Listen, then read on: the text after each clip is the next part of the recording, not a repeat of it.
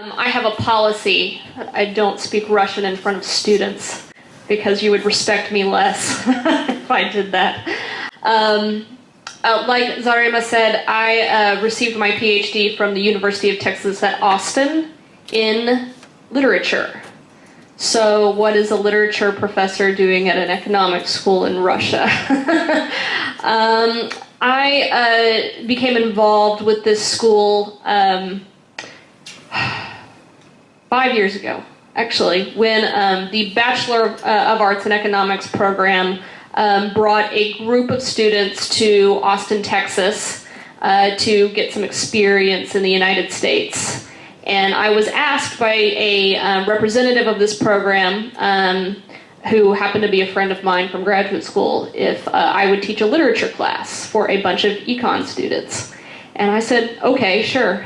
And through that experience, got to know the students and was especially impressed with the extraordinarily high quality of the students. I complain a lot about NEST students' tendency to procrastinate and things like that, but the truth is that I could probably never find a better group of students anywhere than but here.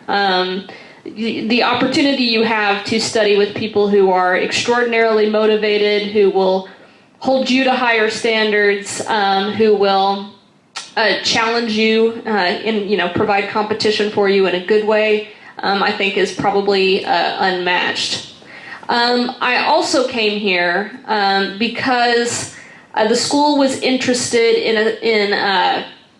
it had already been established, but in continuing to develop a program in academic writing and a writing center on the model that we use in the United States.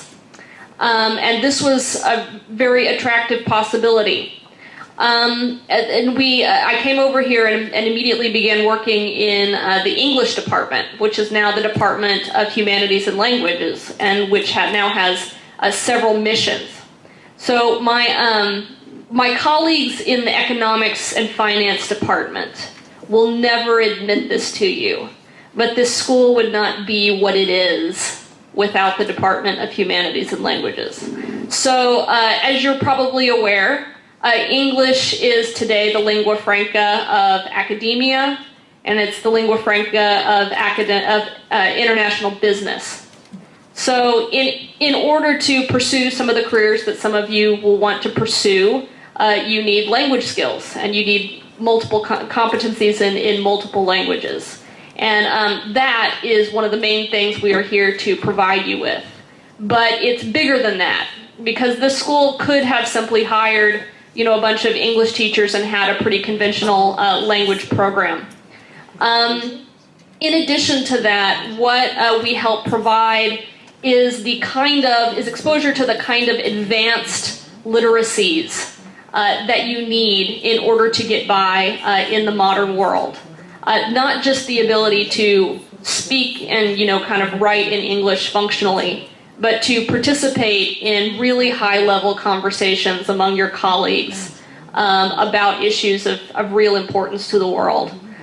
So we're not only here to help you make sure that your punctuation is all in the right place and that you conjugate your verbs correctly, but to ensure that you are communicating with other people as effectively as you possibly can. And that takes knowledge not only of basic grammar and stuff like that, but how to organize your thoughts, how to put together a good message, how to be rhetorically effective, how to speak to multiple different kinds of audiences. I have a joke a question that it's a joke, but it's a question, that I sometimes ask my bachelor students, which is, why is Paul Krugman famous? Why is Paul Krugman famous? Okay, yes, thank you. He's a Nobel Prize winner. No, that's not why Paul Krugman is famous. Paul Krugman is famous because he has a New York Times column. Before I got to NEST, the number of Nobel Prize winning economists or mathematicians, I could maybe count two of them, and one of them was the subject of a movie starring Russell Crowe. So the reason Paul Krugman is famous is he's one of those people who has an extraordinary ability to communicate complex ideas to an audience that extends beyond his field. This is one of the biggest challenges that people who are very high-level thinkers, who are very accomplished in their disciplines, face, which is the ability to actually make your research, make your high-level competencies have meaning in the world. And in order to do that, you need the kind of skills that my department can help you with.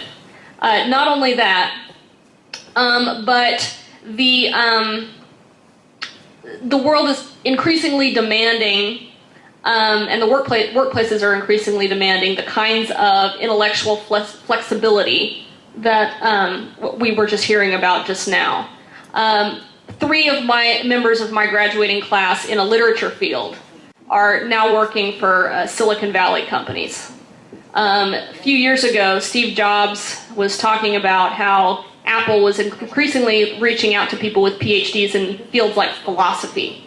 The point is that in order to succeed in today's environment, you need to be able to speak multiple languages, not just the way we usually think of language, but in terms of understanding how people solve problems in different fields, understanding multiple different ways of getting to a solution, understanding multiple different ways of understanding the world.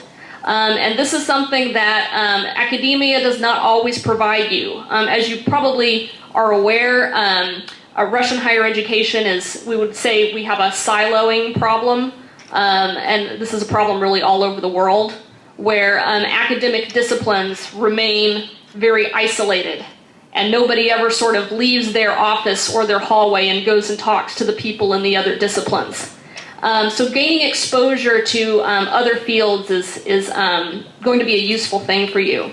And just to kind of make an awkward segue into the Writing Center, which is kind of a selling point for for us. So my main role here, I not only teach classes, but I run the first oldest Writing Center in Russia.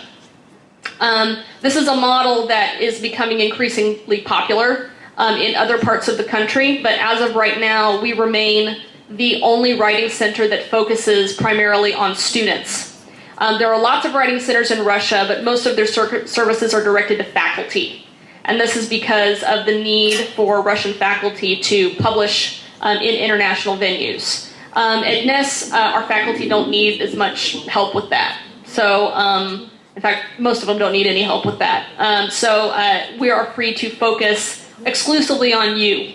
And that means that we offer services in addition to the English courses and that you will be taking during this program, we can offer you individualized help with all kinds of different aspects of your studies here and after you graduate.